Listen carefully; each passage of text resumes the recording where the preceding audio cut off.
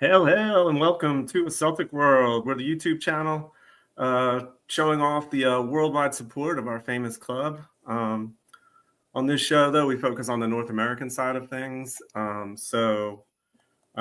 Boston to Buffalo, from Miami to Memphis, you're all part of the Celtic World. Tonight, we got Chris back. Chris was working last week, so we couldn't have him on. Hail, hail, Chris. How's things? Good. All good. Ready to get Champions League going. Yeah. Let's do it. How did you watch the match over the weekend? Just here at the house. Yeah. It was, the typical bell buckle CSC match versus Aberdeen. So it was a little bit of a delay. I think I got out at about 9 or so. I turned it on. So, it was well after the match was over with. But, 6 a.m. kickoffs are rough. So it is what it is. Yeah, definitely. And Paul, that's what you had too. Paul in Chicago. You guys had a 6:30 kickoff too. So it's rough. That was the first one of the season. Definitely thought about hitting snooze on my alarm and watching from home, but you got to do it. You got to get up. You can't handle us at our 6:30 against Aberdeen. You can't have us at our 2 p.m. against Real Madrid. No, definitely. But yeah, we had a good turnout. The guys showed up, so it was great. Yeah. You said beforehand, like you guys had 12, 15 guys, which I think is great for a 6:30 kickoff. It's good. I don't think we would get that in Philly here. At least a couple for Aberdeen. Like if it's Rangers or something big, you're going to get a big crowd. But I feel like that's doing pretty well. Yeah, the nice weather right now helps us as well. Once it gets to crazy cold, that's when people stay in bed. Yeah. And then we got Sean from Pittsburgh. How was the turnout in Pittsburgh over the weekend? Actually really good. I think we had close to 30. Yeah, that's awesome. So you guys are killing it. Can't complain. People just want to come out and hang out. Sundays are always tough, but Sunday at 7:30 is bad. Yeah. But that was my experience over the weekend. I was down in Wildwood and sent a message to Sean McMullen, the owner there, just to confirm, because there's been a few times where he hasn't been able to open. And I thought I had read somewhere that they were going to open for the match, and he said he was unable to open that early because they had cleaners coming in and just staffing wise, if they would have probably been lucky to get 5 or 6 guys. So I guess it's understandable. So I ended up having to watch in the house down in Wildwood, and I watched with my family, which was weird because they're just not football fans at all and really don't know anything about Celtic, but most of them sat and watched the match with me, which was pretty cool.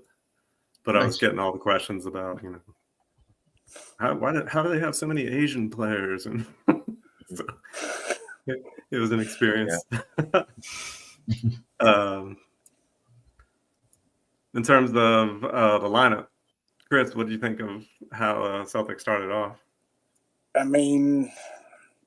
That's probably the strongest 11, I would say. Give or take a few. I'm concerned about Adam Ida. I'm concerned about wingers. I'm concerned about at the back line. There's good things that I can take from the preseason going into the the first couple of the season, and the starting lineup as it is right now, that's probably your strongest. But there may be some things that would change here or there, but I don't know what else to go off of other than that's what Brendan thinks that is the best 11 to start. But I don't know what we're doing with some of the players. I'll be honest about that. No, agreed. Paul, what did you think? Yeah, not too different from Chris here. I thought the performance was decent enough. There's too many concerning players on this team right now, and Adam, he does I got drunk on Saturday night and I put $10 on Adamida to score any time, Celtic to win. That's the stupidest thing I've done with drinking in a long time. Like, I thought, okay, sure enough, like, it's got to happen eventually. But at this point, I would drop him for Friday. We'll talk about Friday, but yeah, I think it's time to give the other guys a chance. He's never in position, and he's always trying to play passes to where he should fucking be. We need signings. No, there's just no depth in this team, and we're struggling. And I'm tired of it. Every season, waiting until the last minute. Yeah, Sean, what did you think? I mean, I think we all probably have the same kind of. It probably was the strongest starting 11, but yeah, I was happy to see Forrest in, but I agree with pretty much everybody here that it really is kind of baffling. I know we talked about it last week as far as Adamita goes, but the guy just seems just utterly devoid of confidence, and it's not really helping that that our winger play hasn't been great, at least compared to what we were getting when kind of Maeda was on form and we had Kuhn. I agree with Paul. I think as far as for Friday, I would like to see what Yamada can do. I think that when he came on, he showed a bit of something at least. I was definitely happy with. I'm really happy with the way Nygren is seemingly coming together here. Just his willingness to kind of drive forward and get into the spaces where, dare I say, Ida should be. But his goal I thought was great. He really took initiative to get in there. And then obviously Hatate's goal was world class, unreal. But I'm liking the midfield starting three right now. As far as like what's happening with the left back and Scales coming in, or moving over to left back and Trusty coming in. I mean, who knows? That's just kind of bizarre to me, but I would assume that's going to change. Who knows? I hope so. Yeah, I mean, ideally, Tierney eventually is able to go 90 minutes and don't have to bring Scales in. But I don't know, I don't know what the answer is to if because I like you said, I don't think Scales is that. And I think I said it last week, especially when you're chasing a goal. Yeah, he kind of solidifies us defensively. We have another big body back there to handle corners and set pieces, but he's just not going to get forward to be able to create anything. And we need that from that position. We've kind of relied on that a lot over the years. Yeah, a lot of Tierney's all-round play at the weekend was just fantastic. I watched the highlights again this afternoon, and even some of the kind of small passes that go unnoticed, or these off-ball runs that he's making. It's the training he's had these 6 years in England. A lot of people don't like Arteta, but he knows football, right? And he's taught this guy really well. And that cross for Nygren's goal, pinpoint. The little push ahead to get the ball ahead of his fullback, and then just pinpoint cross, perfectly weighted. All Nygren had to do was touch it, Yeah.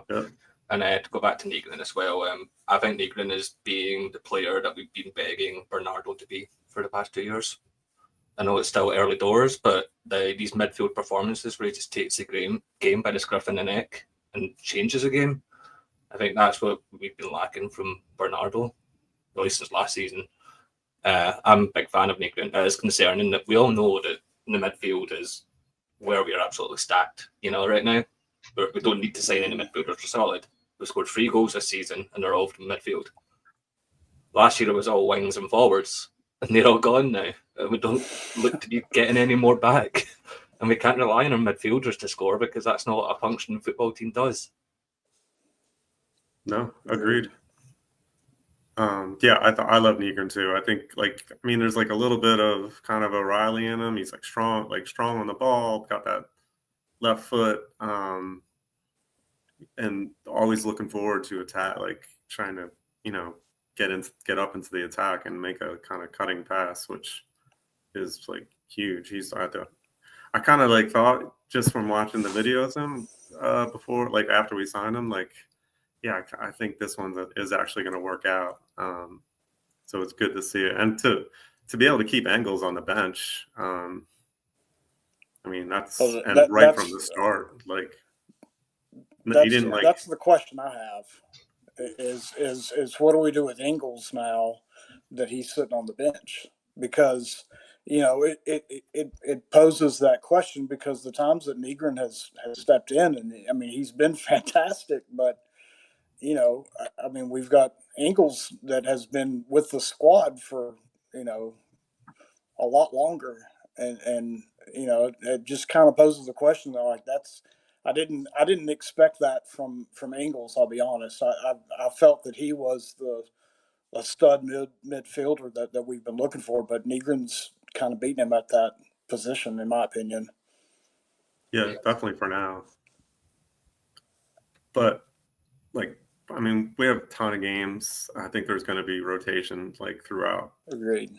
The midfield, and once Bernardo is back in form and giving that another option, I think it's like Paul said, we're strong in midfield. Don't need to do anything there. It's getting those wingers, and I think that's going to be the big thing that's going to, because we need goals from that's what we've done. I think that's what we're going to have to even you go back to Dyson, because he's my favorite player almost ever on Celtic. He wasn't scoring at the end of last season here either. It's probably been a good 8-10 games or so, I think, probably since he's had a goal that I can think of. If you go back to the end of last season, so yeah. Him with Ida needing confidence, he's out of form. Dyson, he's getting a few opportunities here and there, but just struggling to get anything. And maybe that one goal will just kind of open things up for both of them. But we need goals, definitely. Yeah, I think we will see a lot of rotation in the midfield as this season goes on. We'll go through a run from usually October to February, where it's just midweek, weekend, midweek, weekend, midweek, weekend. And we'll need having a strong midfield bench with Engels and Bernardo on the bench. If they can find their form, it's going to be solid for us. And then hopefully that can push Dyson on a little bit, like you were saying. He's not been in the best form. He's had a few one-on-ones in the past few weeks and scuffed his lines up a little bit. Did you guys hear the rumours that Dyson might be gone? Yeah, and that's a concern, to lose another winger and your best winger. So I don't know. I just feel there's got to be something in the works, and hopefully something kind of big, I think I often think, I'm okay, so losing Jota obviously was a huge blow, just in what we do in that left wing position. Actually, well, he can play both, but having that really experienced guy and creative guy missing is a huge blow. And I think that not being able to even have the option to use Maida down the middle is probably something that might be kind of affecting him, because I do know that at least I read somewhere that he was really kind of pushing towards playing more striker this season, just in preparation for the World Cup. obviously that's up to Brendan, but I don't think that he's like downing tools or anything like that. But I think trying to get used to playing with Tierney, who's not Greg Taylor, obviously, is a big transition for him. But I think to myself, and I think Dr. Strangelove, sent a comment in about if we had the wingers, moving Dyson to the middle, would be an option for us. And maybe that gets Ida to be a sub, and maybe that gets his confidence up. Just like, I don't think he's really ever shown that he's a super effective starter. It's usually, he's scoring goals when he comes in off the bench. And, that I don't know. Maybe, Yamada is the answer to give him a little bit of a psychological rest and not have so much pressure on him to be the starting striker. I don't know. But I think I just keep coming back to, losing Jota is such a blow for us, especially because we obviously haven't brought anybody in. I don't know, thoughts on that? Yeah, and the fact that he's out for such an extended period that, maybe and probably wrongly, it gives the board that excuse to say, well, we got this guy coming back in January, February, whatever. Like, do we need to bring in a winger before then? Like, can we wait? And yes. Yeah. I don't think that's the answer. And it's kind of showing in the performances. Yeah. Like, it's, the Aberdeen, I felt like it was, a comfortable performance. But we didn't create a ton of chances. We're, created those, like we said, Hatate's goal was amazing. And the Negrin goal was just, well worked with Tierney and Negrin getting on the end of that cross. But we're not creating a ton of chances. There was a few that Dyson almost had the one that the goalie tipped over the bar. Then there was one where he tripped up as well. Yep. Yeah. So there needs to be some kind of infusion into the side, and that's just to keep things fresh. We've talked about it in prior weeks.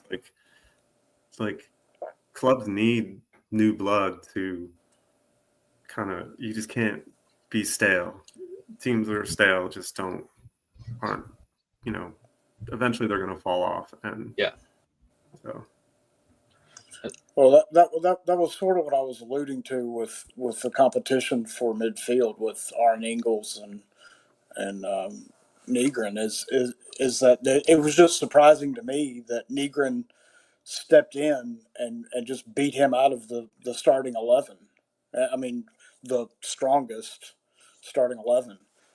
That to me was the surprise, and I think that only speaks to what Dr. Strangelove there was kind of saying, was that everybody's going to get their time, and it's it's going to come time for everybody to kind of pitch in and kind of help out, especially during the midweek matches, and when it's Champions League one night and you're playing at Patadri the next or whatever, and it's just tough, but the level of that competition was just surprising to me that Negrin was able to come in and push him out of the way.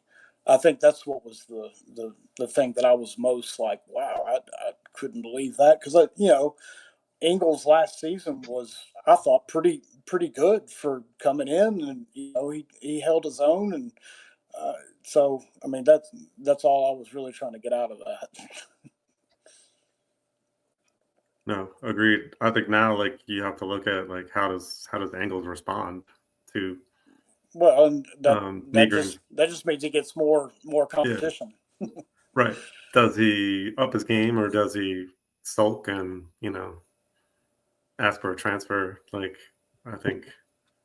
tend to think he's a competitive guy, and I think when he's come on for the last couple of weeks, in the last 15-20 minutes, he's been aggressive and physical. Sometimes overly, like 2 weeks ago, like you could tell he was like just intentionally getting a yellow card.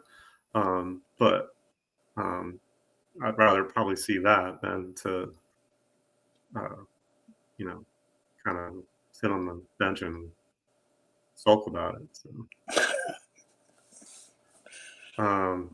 Paul, what do you think of the defense, the back and four? I feel like they've been pretty strong. We haven't really been challenged much. Yeah, I mean, we've spoke. We need some more backup for KT. It's hard to get a quality left back to come in knowing they're going to be a backup to Kieran Tierney. So I think we'll struggle. If who's the kid? I'm forgetting his name now. The guy that filled in it in pre-season. I want to see him in a mirror. Him and that as a Cubs pitcher.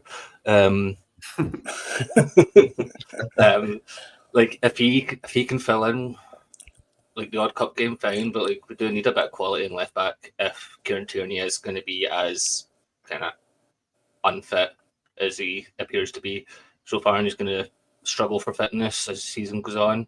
I think centre back we're solid. I really like the GSP signing.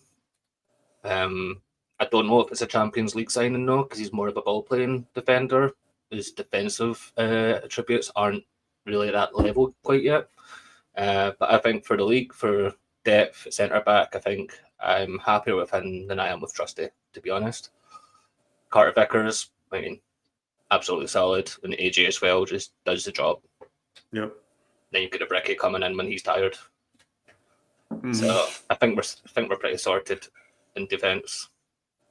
Yeah, I feel the same, especially once getting in JSP. I think that just having that other option, and like you said, having the ball playing guy who might be more suitable to playing in the league when we're trying to break down a team that has 10 guys behind the ball. Like those guys can be more helpful than like Scales. I mean, you can't.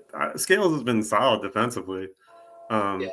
Gave the ball away a few too many times on Sunday, I thought. I thought he was one of the best players on the pitch against St Mirren, but then at Pittodrie, I think he struggled a little bit. I mean, there's always room for improvement in defence. I mean, if a solid centre back becomes available, we can afford him, sure, look at him, but it's just not it's not a priority right now to deal with the defence, especially when we've got our wingers are like Yang, Forrest, and Tillio. We've kind of got to deal with that before we can even we've got a lone guy in. He's solid. He played against us in North Carolina last year, GSP. I remember watching him, think they seemed pretty decent. So I'm excited to see a bit more of him with another year of development under his belt. Hopefully we can get some good performances. I don't think we'll sign him full time. I just think we don't need to worry about it right now. There is a couple of concerns here and there, but it's not. There's bigger fish to fry right now. Agreed. Sean, what do you think? Yeah, I mean, I agree. I agree with Paul. I think that it is going to be interesting to see where JSP fits in. I think back, like when Starfelt was here, and they kind of had that dynamic. He had that dynamic with CCB. I really don't think CCB is a very good ball playing center back. At least he doesn't take any risks at all. But we'll see. I really do feel Scales is very serviceable. Trusty, I think, is come on. I just don't know if Brendan really trusts him all that much. Maybe he's more suited for Champions League or European football. I don't know, but I mean, he definitely did well last year, or well enough in the Champions League. But I think I'm really excited for this for JSP to show us what he has. I think as far as Schmeichel goes, looking good. He's made some really good kind of reflex saves. Looks like he's kind of gotten over his whatever, but he oiled his joints since the Scottish Cup final or something. But I really hope that they give Sinisalo a run out in maybe on Friday, maybe for the cup. I think that guy's going to be a really, really good number one for us, in a year or two. Agreed.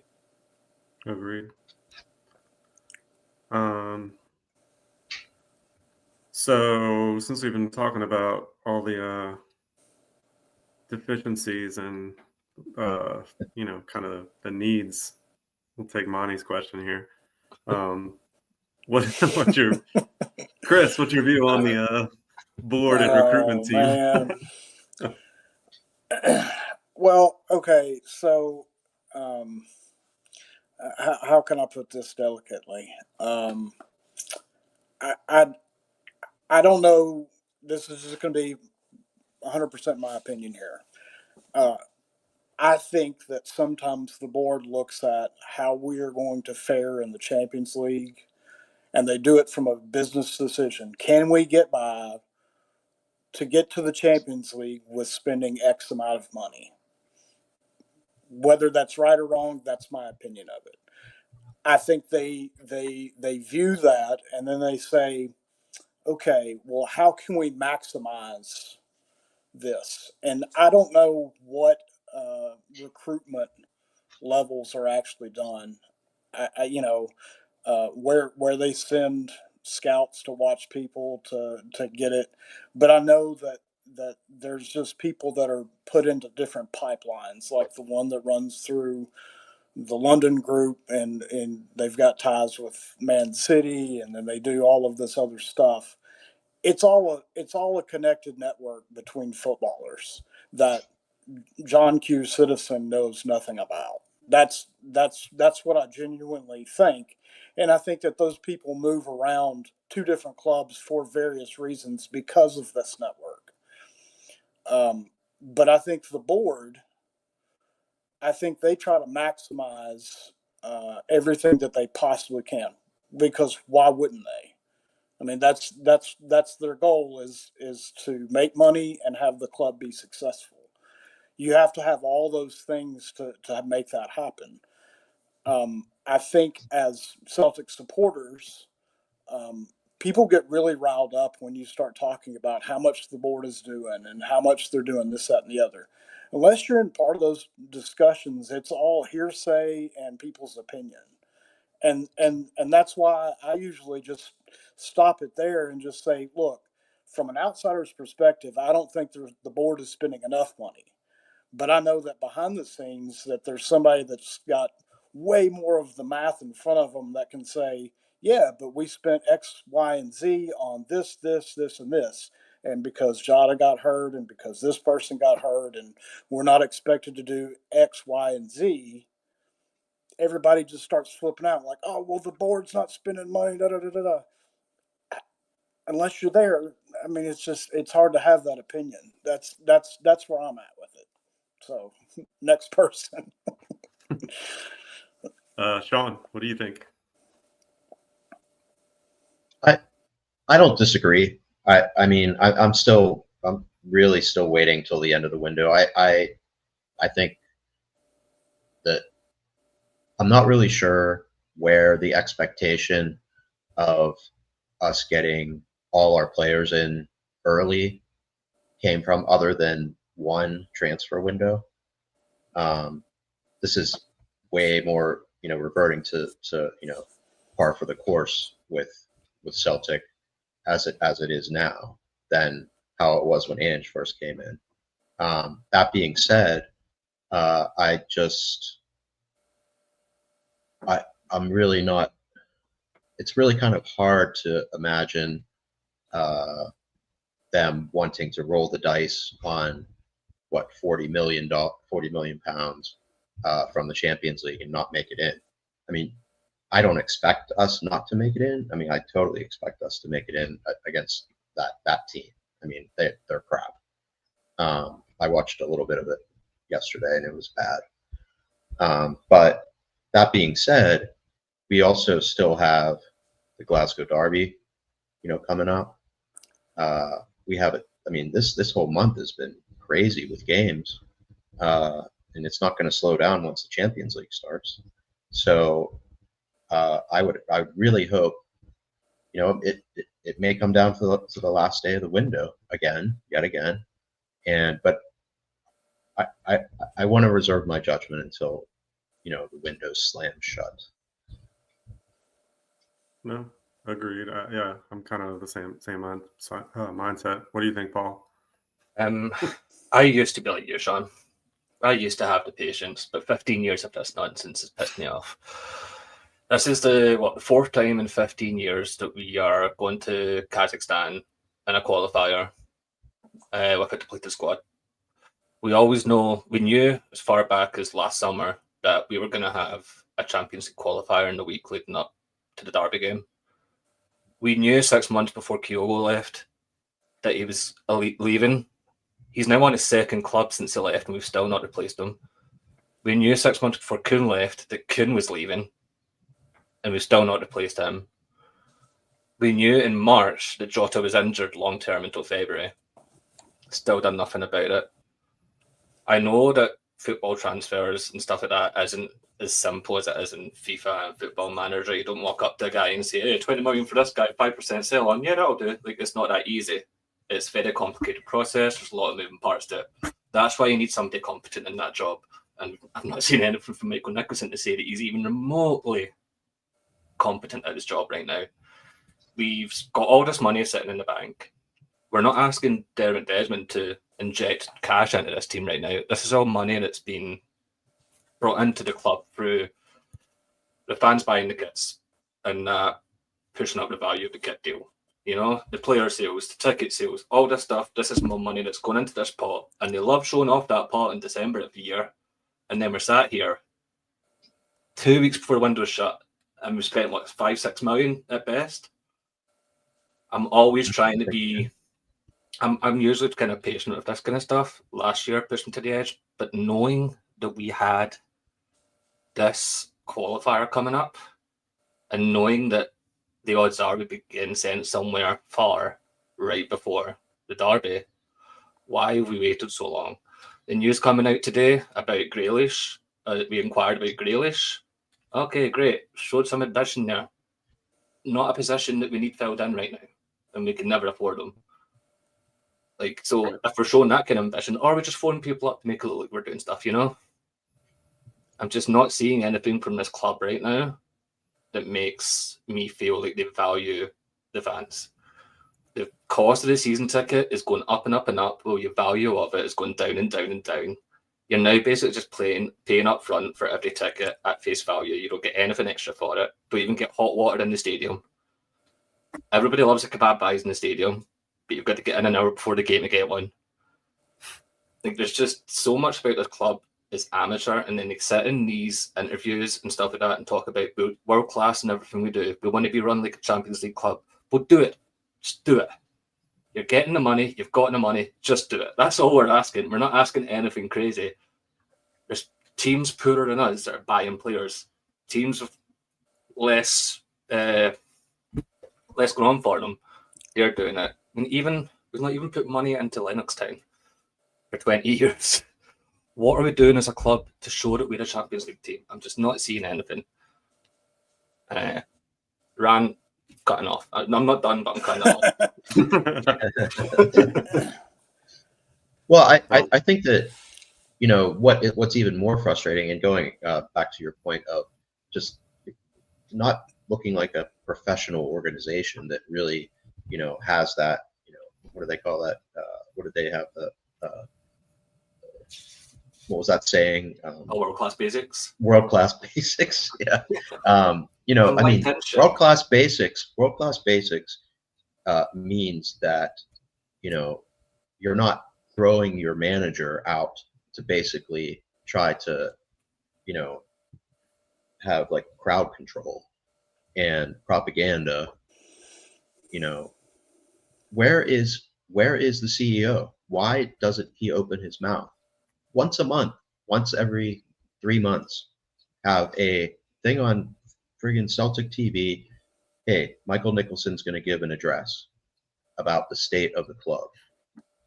it's very disrespectful to the fans that spend so much money, on season tickets, merchandise, everything.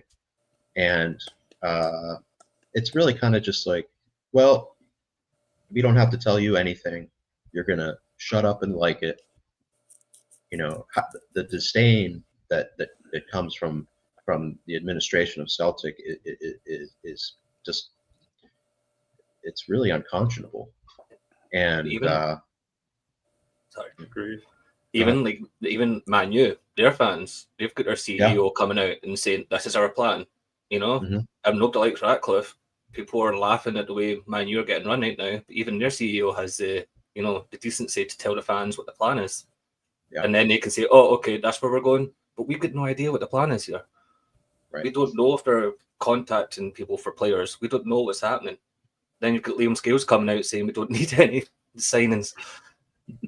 All right, man, you need to stop heading the ball, Liam, because you've clearly got a problem.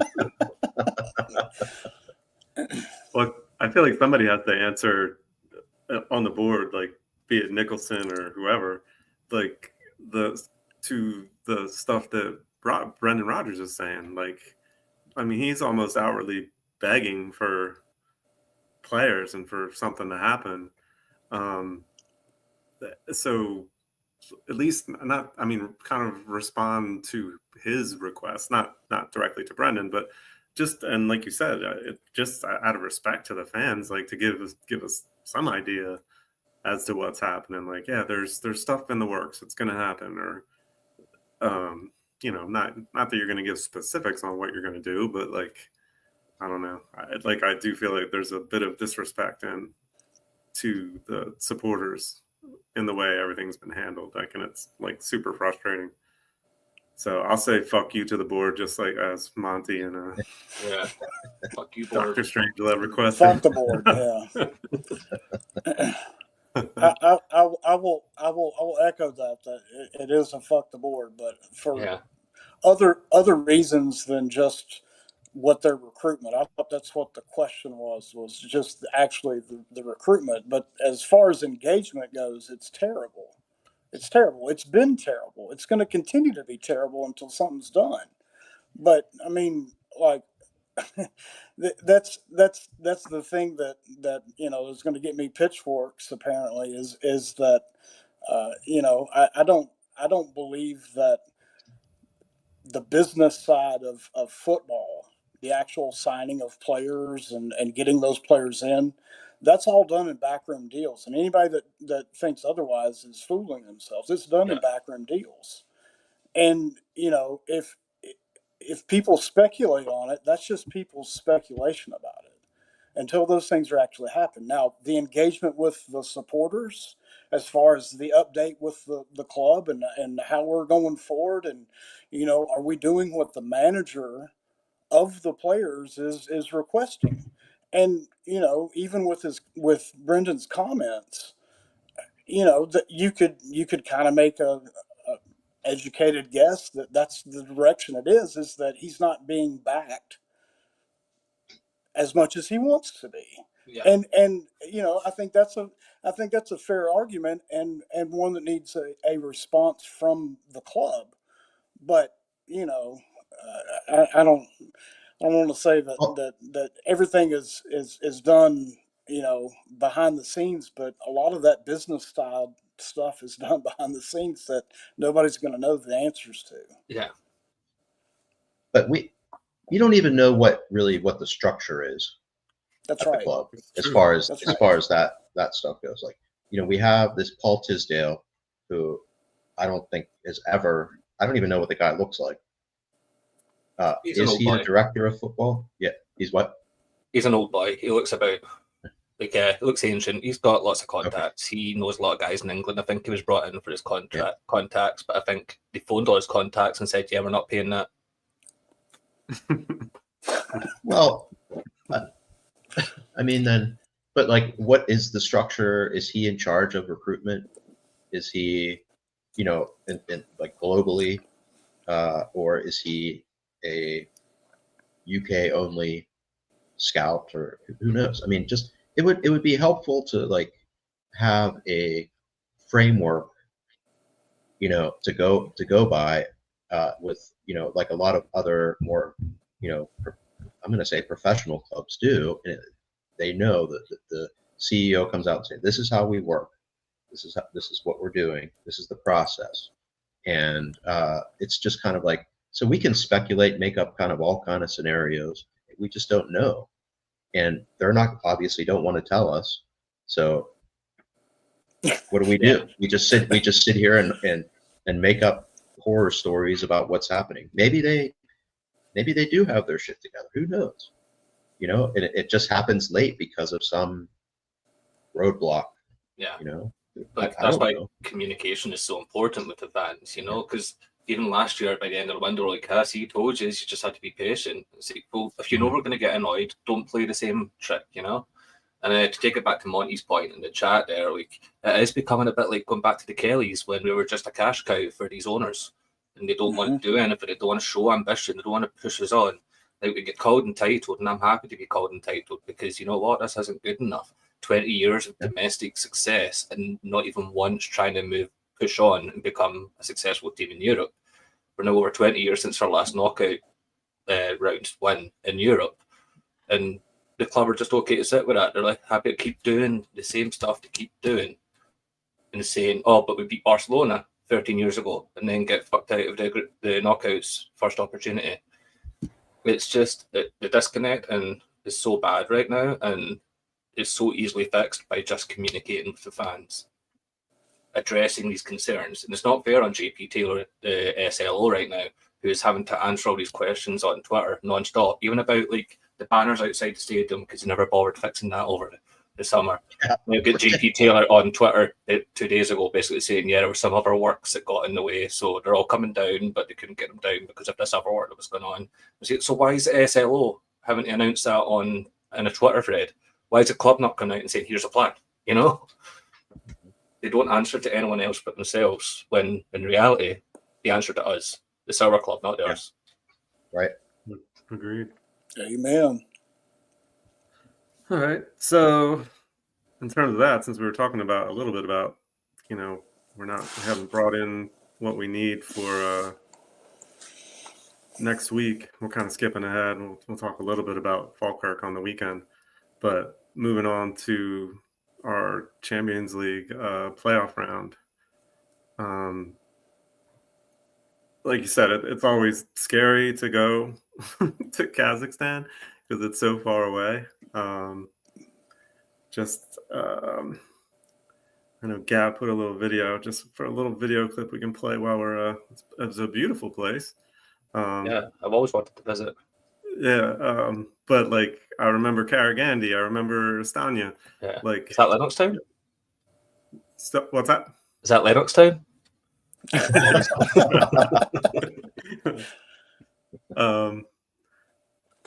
That Karagandhi tie took years off my life, and I mean ended up working out for us, and then even the Astana, where like we took a 5-0 lead there, and then somehow it got back to like 6-4, and you're shitting it there, like, so like I don't know, it's kind of an unknown. I feel like we're better, players wise, but anything can happen, and I feel like we needed to kind of take away that doubt by upgrading the team, and we haven't done that. So I don't know. What are your guys' thoughts? Yeah, I'm nervous. I think we'll do well at home, but we've never won in Kazakhstan. But we lost twice and drew once. We've eventually went through, but we struggle. Mm-hmm. So got to get a job done, home leg. Yeah. Did either of you guys? I watched a little bit of their first leg against in Bratis. Was that? I don't remember that was against Bratislava. That was first. Yeah. First leg was in Kazakhstan. Yeah. And I wasn't overly impressed with either side really. So like, I mean, you go in thinking we're the better team and feeling confident, but like, I don't know. I still feel, and like Sean was talking about it. Sean Kelly last week was talking about it. Just the fear of this playoff round, whoever you're playing, like anything can happen. So again, then back to that, it's just frustrating that I feel like we have not put ourselves in the best position possible to get through the tie. I don't know. What do you think, Chris?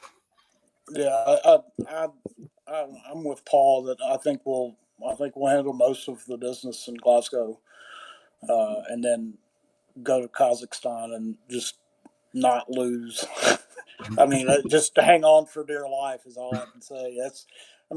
I'm kind of nervous because I think anybody that's kind of shell shocked from previous Celtic runs in Kazakhstan will be a little bit like, oh man, this is not good. But no, I think it'll be okay. I think we'll do the business before we get there. Yeah, we even got a Kazakh listener. That's Celtic world. Yeah. So, I don't know what he's saying, but yeah, I would like. I think that's Kazakh for fuck the Pope.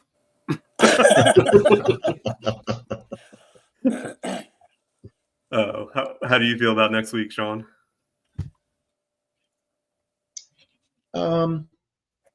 I just in the little bit that I watched like the end of the game, extra time, and I didn't watch the penalties because the stream was bad, but I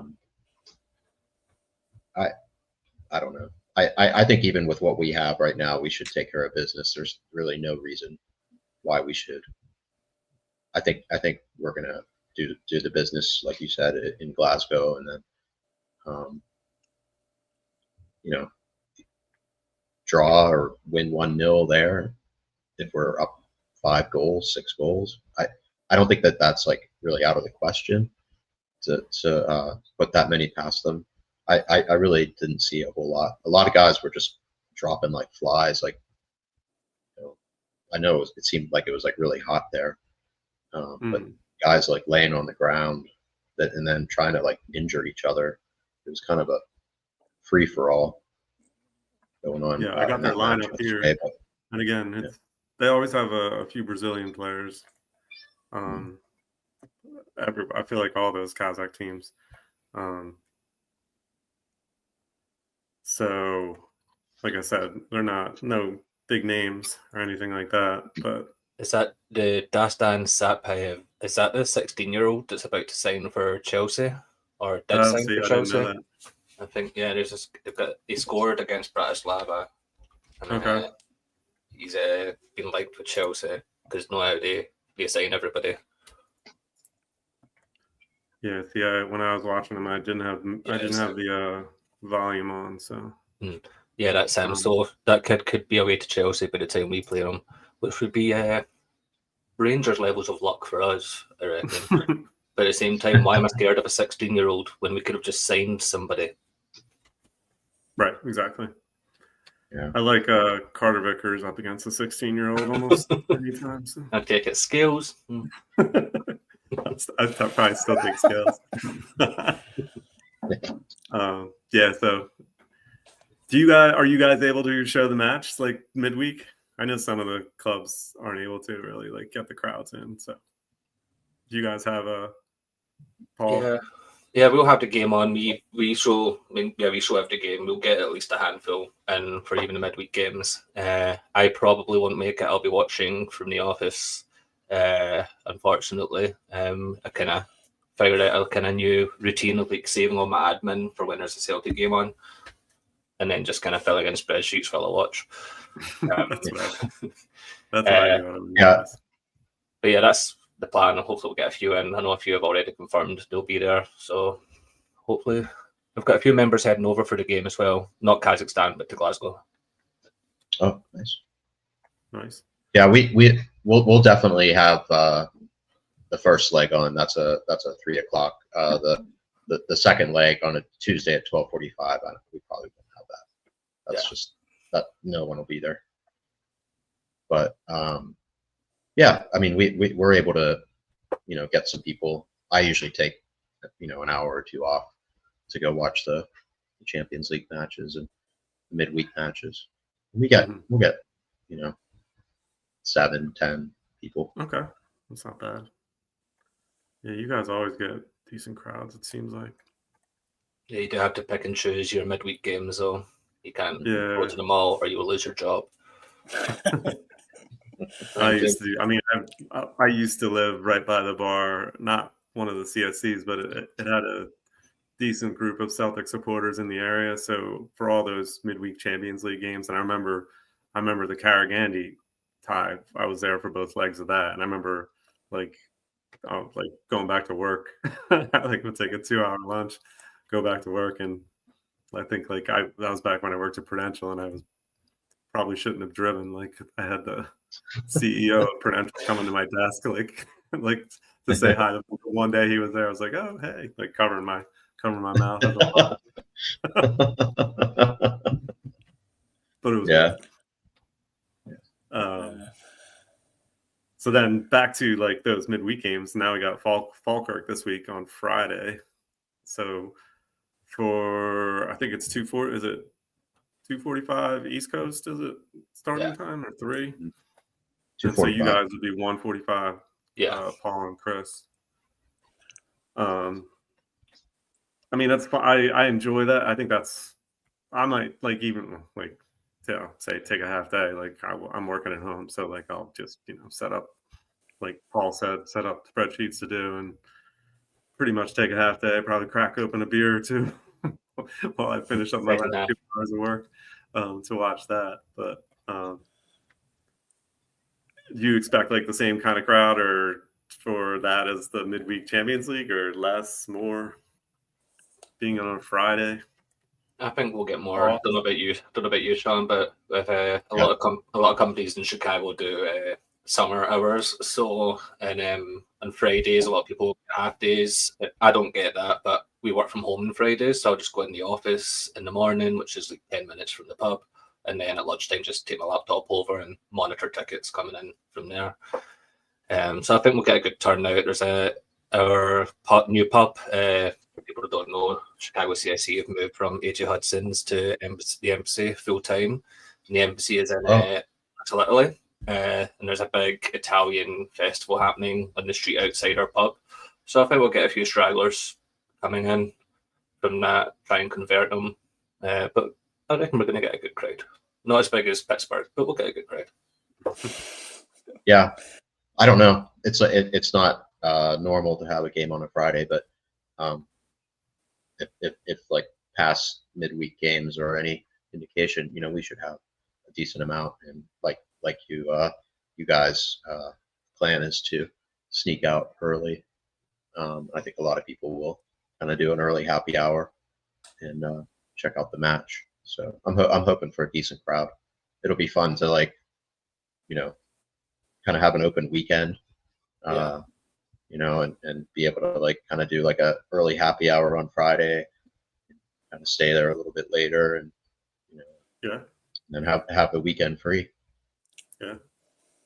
How about you, Chris? You're going to be doing Cone of Silence, you think? I mean, that's the way I typically operate for midweek or Champions League or like a Friday even. It all depends on how much work I got. So I mean, if I'm pretty slammed, I usually do a Cone of Silence and then I'll catch it later in the evening. But with it being at 1:45 on Friday, is there a chance I can go turn the TV on? Yeah. So I mean, I might not. It just depends on kind of what my work looks like on the day. So. Mm-hmm.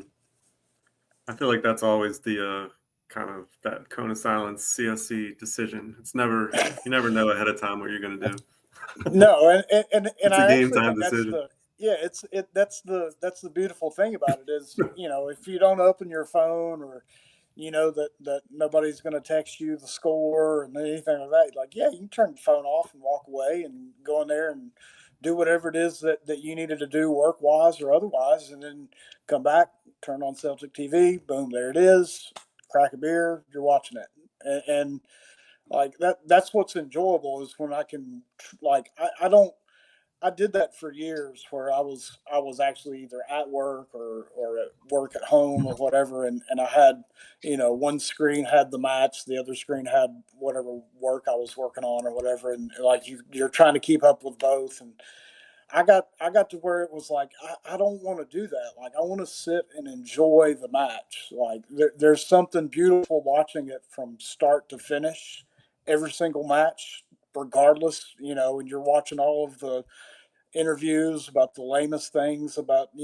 like what player listens to this music or whatever. Like you're watching all that. And you make all of that kind of part of your routine where like you're not distracted with any social media. You're not trying to text with other people or whatever. Like you're really devoting it to watching Celtic, and that for me is the number one reason why I do the Cone of Silence the way that I do, is that I want to sit, crack a cold beer, enjoy it, and then then I can catch up with everybody else. Like, oh yeah, did you watch it? Yeah. So I mean, Sean, I know you and I do that all the time. So yeah, but that's how that works. In terms of expectations for the match, how are we feeling about?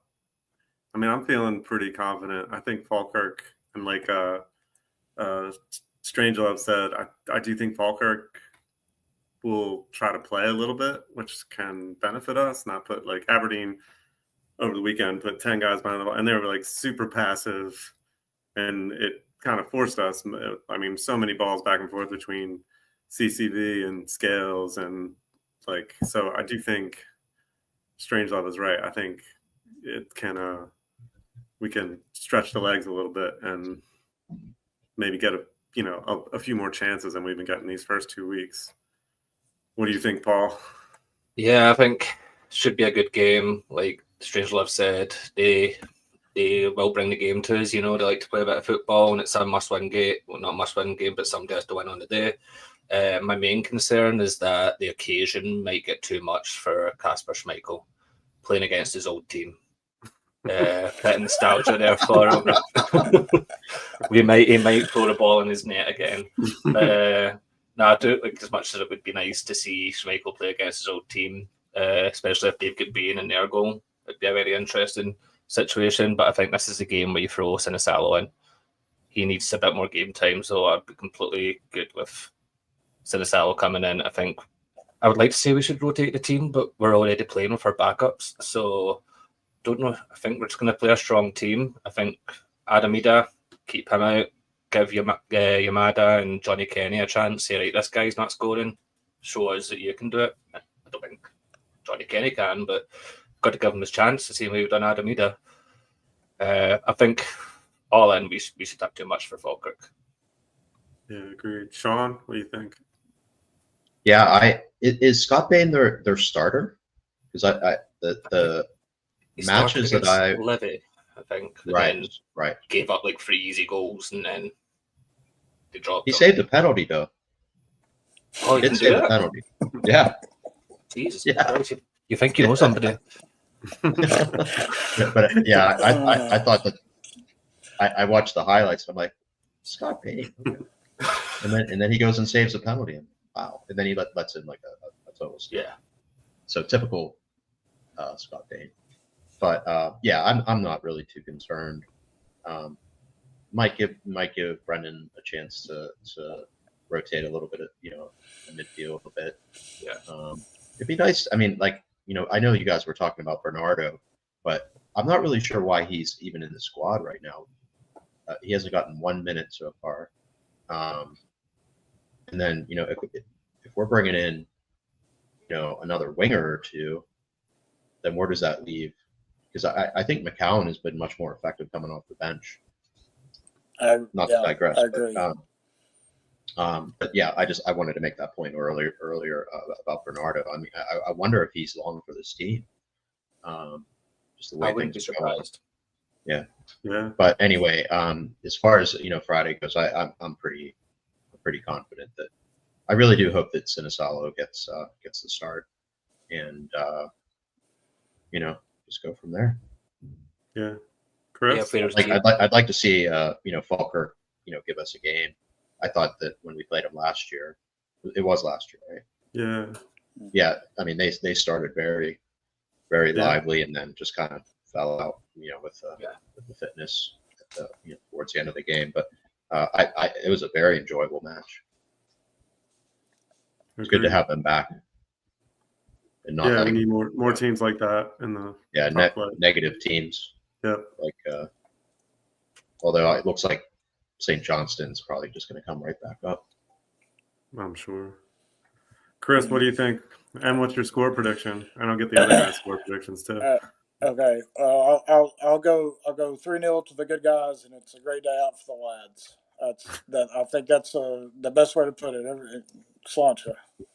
No, agreed. What do you guys think? Sean, score prediction? See who's right. I'm gonna go 5-1 Celtic. I'm gonna go 2-1 Celtic. I think it's going to be a bit closer. I think our rotation will kind of not mess things up a little bit, but we won't be as strong as we hope we could be.